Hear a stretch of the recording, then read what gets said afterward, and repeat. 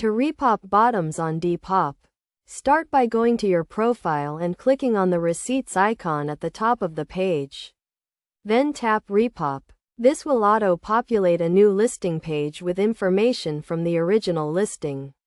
Although it will not include the price, image, or condition of the items, you can edit the information in the provided fields if necessary.